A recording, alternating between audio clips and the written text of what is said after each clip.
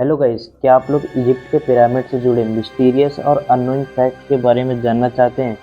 अगर हाँ, तो मैं आपको बताऊंगा ऐसे मिस्टीरियस और अननोइंग फैक्ट्स इजिप्ट के पिरामिड के बारे में जो आपने पहले कभी नहीं सुने होंगे।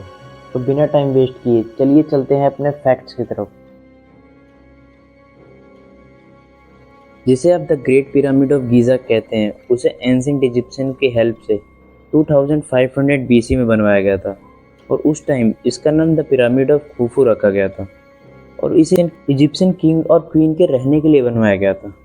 The great pyramid of Giza के पास ही सबसे ज़्यादा टाइम के लिए पीरियड वाइज 2500 बीसी से 1889 तक टॉलेस्ट मैनमेड बिल्डिंग होने का रिकॉर्ड था, जो कि अराउंड 3800 ईयर होता है। The great pyramid of Giza का रिकॉर्ड एफिल टावर नाम की एक बिल्डिंग जो कि पेरिस में है, जो कि आप जानते भी होंगे, उसने 1889 में the great pyramid of Giza का रिकॉर्ड ब्रेक किया। आपने the great pyramid of Giza के बारे में बहुत से फैक्ट सुने होंगे, लेकिन आपने ये इस तरह का फैक्ट नहीं सुना होगा। तो चलते हैं फैक्ट की तरफ। तो ग्रेट पिरामिड ऑफ गीज़ा की हाइट है, जो कि आपको हर वीडियो में कोई ना कोई बताता होगा, उसकी हाइट 146 मीटर है और फीट में ले तो उसकी हाइट 481.4 फीट है।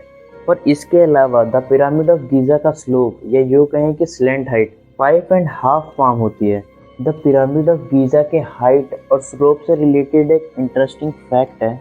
जो पिरामिड ऑफ गीज़ा की हाइट है और ये जो स्लोप है, इसे इतना एक्यूरेटली बनाया गया है कि अगर इसमें 1 डिग्री कम तो 1 डिग्री ज़्यादा होता तो ये अपने पीक तक पहुंच ही नहीं पाता, उससे पहले ये डिस्ट्रॉय हो जाता।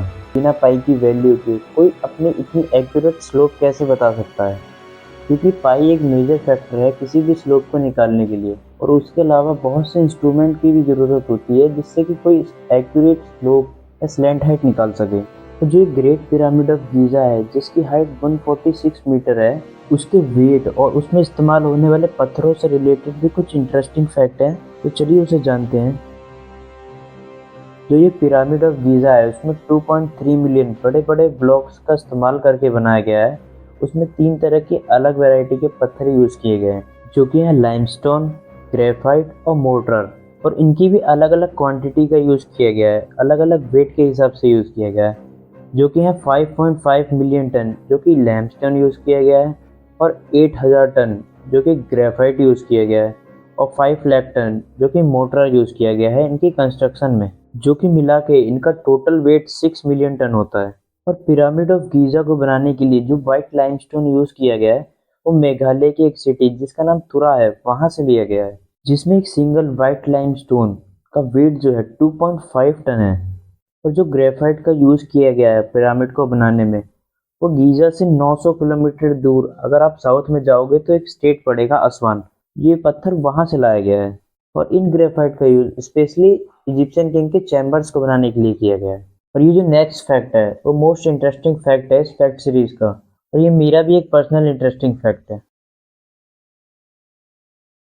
जो ग्रेट पिरामिड ऑफ गीज़ा है, उसकी चारों फेसेस को अगर आप देखेंगे या यूँ कहें कि चारों साइड्स को अगर आप देखेंगे, तो आप उसमें देख पाएंगे कि अर्थ की डायरेक्शन से वो परफेक्टली अलाइंड है।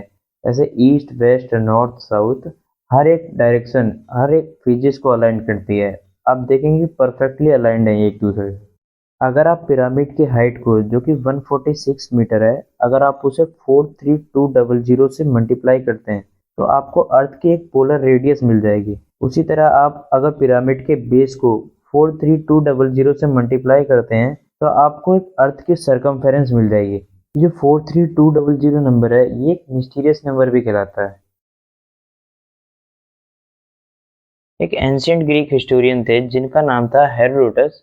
उन्होंने अपनी एक बुक जो कि 5th सेंचुरी में उन्होंने लिखी थी, जिसका नाम था हिस्टोरियस, उसमें उन्होंने बताया कि पिरामिड में 3 चैम्बर्स थे, जो कि सबसे ऊपर वाले चैम्बर्स में उनके किंग, इजिप्शियन किंग रहते थे जिनका नाम था खुफू वाइजर, और उसके नीचे वाले चैम्बर में इजिप्शियन क्वीन रहती थी, और बाकी का जो लास्ट चैम्बर था उसे सपोर्ट के लिए डिज़ाइन किया गया था इजिप्शियन द्वारा।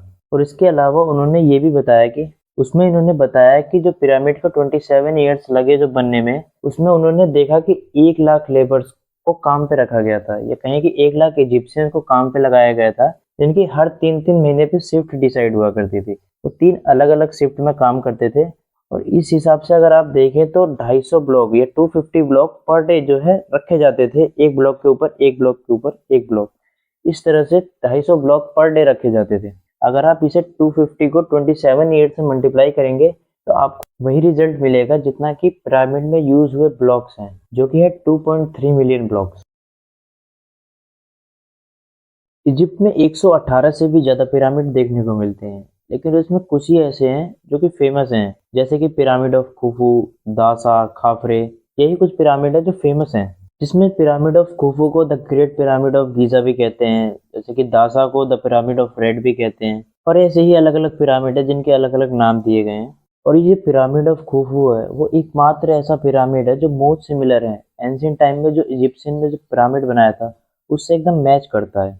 और जब से इस पिरामिड को बनाया गया है, ये यूँ कहें कि 2500 बीसी से इसकी हाइट 8 मीटर तक कम हो गई है, या यूँ कहें कि 26 फीट तक कम हो गई है।